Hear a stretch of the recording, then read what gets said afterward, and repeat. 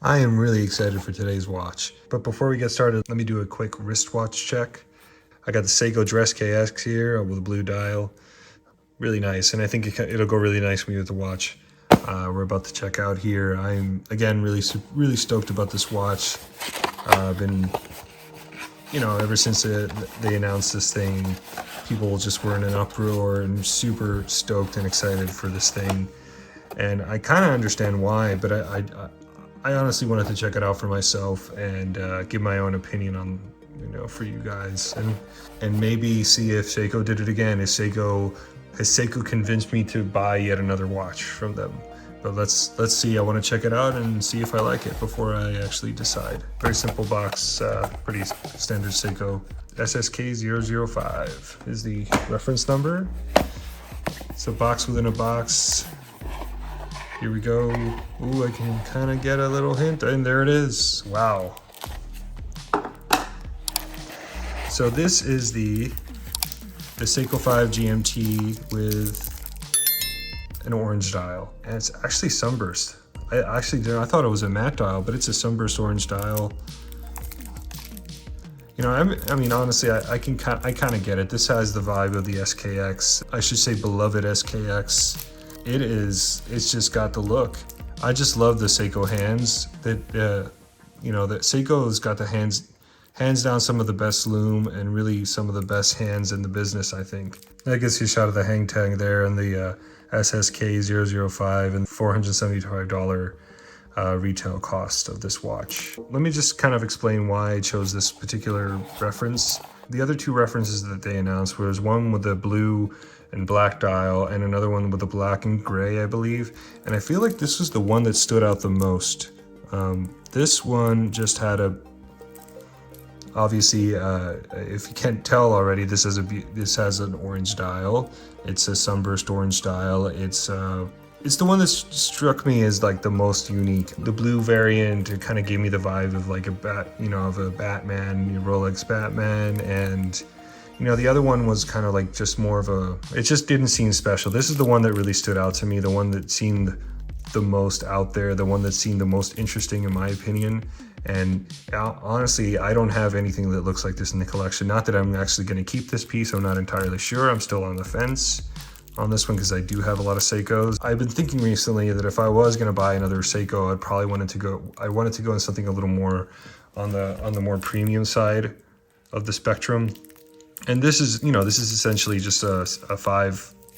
Not that there's anything wrong with it, but this is a Seiko 5, essentially. And this has a 436 movement that's been converted to give you like a GMT time. And this is not a real GMT. This is a collar GMT. In other words, the hand moves independently. Sure, let's just zoom in a little. There you go. You got a nice view there. So let me just zoom in, and I'll stop here. And obviously, one thing to note. Let's just let's go over the entire dial here before we continue. Again, beautiful sunburst orange dial. Incredibly, some of the best loom in the business. Seiko makes some of the best loom. Plenty of loom, plentiful loom all throughout the dial. I just love the arrow minute marker, the triangular tip here. It's almost like another arrow for the GMT marker, and the hour hand as well. As you can see, it just all works very nicely. It's very smooth. Like all Seiko movements are pretty darn smooth, and they're workhorse movements. Again, another thing to note, it does have a chapter ring on the outside here. I believe with this watch you can track up to 3 time zones at the same time. Personally, I don't find GMTs to be very useful in my lifestyle. I don't travel very much. I'm a parent of 3, so it's very hard for me to travel. And when I do, I have a GMT watch, and I just keep it at 24-hour local time. It just helps me set the watch when it's dead. That's basically how I use the GMT. It's just a 24-hour dial. But it is cool to have the option, to keep up to 3 time zones, I believe, with this watch. I do love the insert here, either golden or like kind of yellowish. Like It's like it's a dull yellow with the numerals here in the bezel here. The bezel is, you know, I wouldn't call this refined. It's a bidirectional bezel. In other words, you can move it freely both directions, and it doesn't click. To be honest, there isn't really another GMT watch at this price point, so it's hard to complain about that it's somewhat unrefined here, but it is what it is. I still think it's a really cool watch. So yeah, I think the dial is done really well. Again, one that struck me the most, I think this is the coolest looking one. This is the one that stood out the most to me. And if I was going to put one in my collection, this would be it, definitely. So let's just go over the functionality real quick. So I pulled the crown all the way out, and as you can see, it hacked there, and you can set the time here. And as I set the time, the 24-hour hand is moving as well, which is what you want.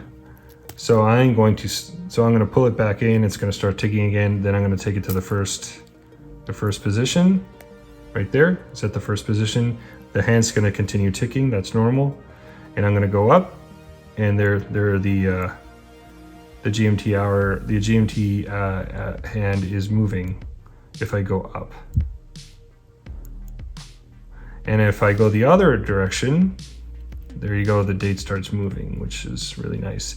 Oh, I should mention the Cyclops. I love watches with Cyclopses. I'm so happy that Seiko is bringing them back, including with my King Seiko over here that has a nice like candy bar Cyclops. I don't understand why people don't like this thing. I think it's really useful, and why would anybody? I actually saw a video of somebody removing one of these things, and I have no idea. I don't understand why. Why is this? I don't understand. I think it's very useful to, you know, anything that makes the date more legible is cool, good in my opinion.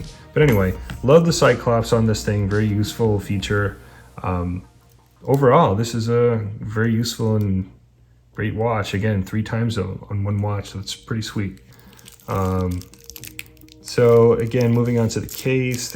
The case is very nicely polished. I mean, there isn't much to say. I mean, I've seen Seiko does a really good job at polishing their cases for the money. You hardly ever see any flaws or anything. It looks really good. Looks like that it has there's a crown guard here at the 4 o'clock here, protecting the good size. You got a good size crown there. It is not a screw down crown, which is a bummer, being that this is a diver's watch. This is not a real diver. Well, it's a diver style watch, but it's not something that I wouldn't necessarily want to go diving with this thing, even though it is rated 100 meters of water resistance, and you'd probably be okay. But you know, this watch retails for $475, and a lot of them are asking. It's hard to even find these watches at that price. It's just they're trading for more usually. So as you can see, the crown is not signed, which is kind of typical for Seikos. They typically don't sign their crowns. Same goes for my Trust KX over here. That gives you a pretty good view of the movement there. This is a modified 4R36 Seiko workhorse movement. That's good for 21,600 vibrations per hour. I believe they just modified one of their movements. I think it has something to do, I mean, I'm not entirely sure, but I think it had something to do with most of these movements have a day and a day complication, and they just modified, I believe, the day complication to become the GMT hand. You know, I'm not entirely sure, don't quote me on that, but I think that's what they did in this case. But yeah, very, very solid, reliable movement. I'll put it on the timegrapher later, and you can see how accurate it is. Pretty cool.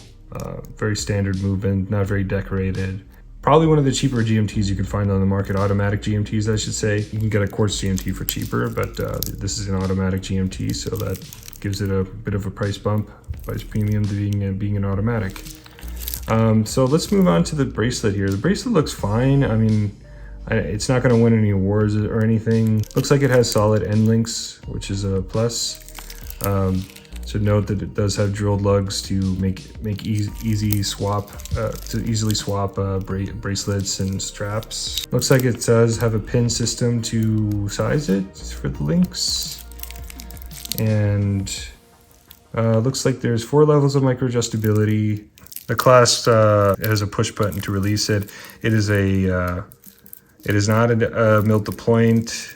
It is a more typical press to point. Nothing too special there, but again, this is a relatively inexpensive watch. You know, now that I'm looking at some product pictures, I could have sworn that this watch was supposed to have like half a very light gray and the rest was supposed to be black.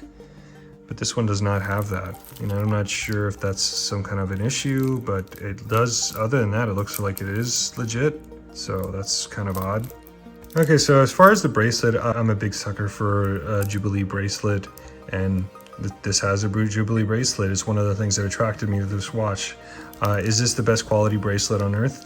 No, but again, this is a sub $500 GMT automatic watch, so some corners had to be cut perhaps, and you know, maybe the bracelet was one of them. Even though is it a bad bracelet? Absolutely not. I think it's a fine bracelet.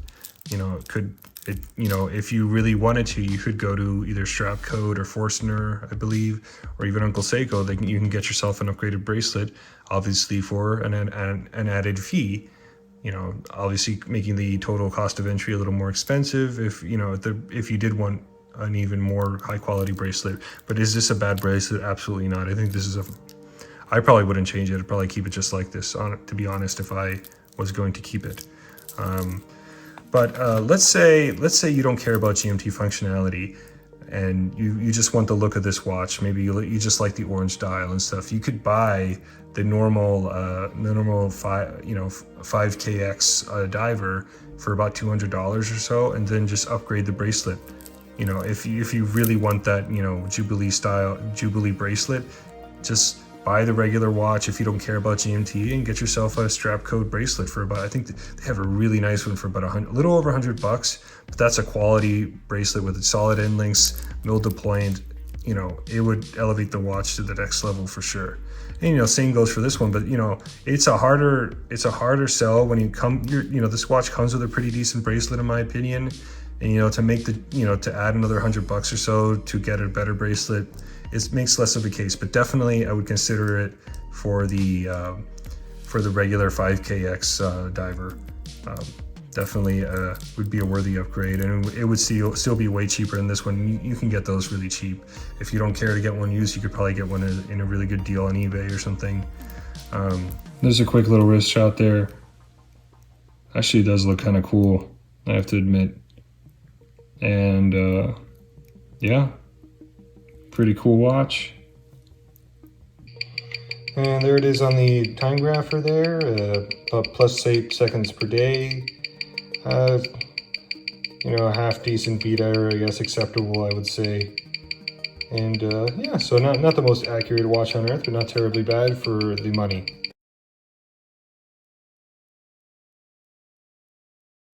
My final thoughts on the watch: I think it's a really cool watch. I think Seiko did a really good job with this. You know, they honestly provided something that it's hard to, you can't find a GMT watch for this kind of money. It just doesn't exist until now. So now you can actually get a pretty nice GMT watch, pretty nice diver, a useful diver that can be used to, you know, very normal depths. Nobody's going to go past 10 meters. Hardly anybody does. You're going to go swimming with this thing and you'll be fine. It's rated at 100 meters. If you don't, you know, if you're just going swimming with this thing, you'll be fine. You know, if you're going to do some real diving, consider getting a real diver's watch like the King Turtle here. But I think it's a really cool watch. Will I keep this watch? That is something that I'm not sure. I'm still really on the fence about it. I actually got to sleep on it. But for now, if I had to choose, I think I'm not going to keep this one. The GMT functionality is not really very useful for me, and I got plenty of divers already, so I don't need another one. And but yeah, it doesn't diminish the fact that it's a really cool watch, and I would totally recommend it if you're looking for a watch like this for under $500. I think it's a really cool option. Seiko did a really good job.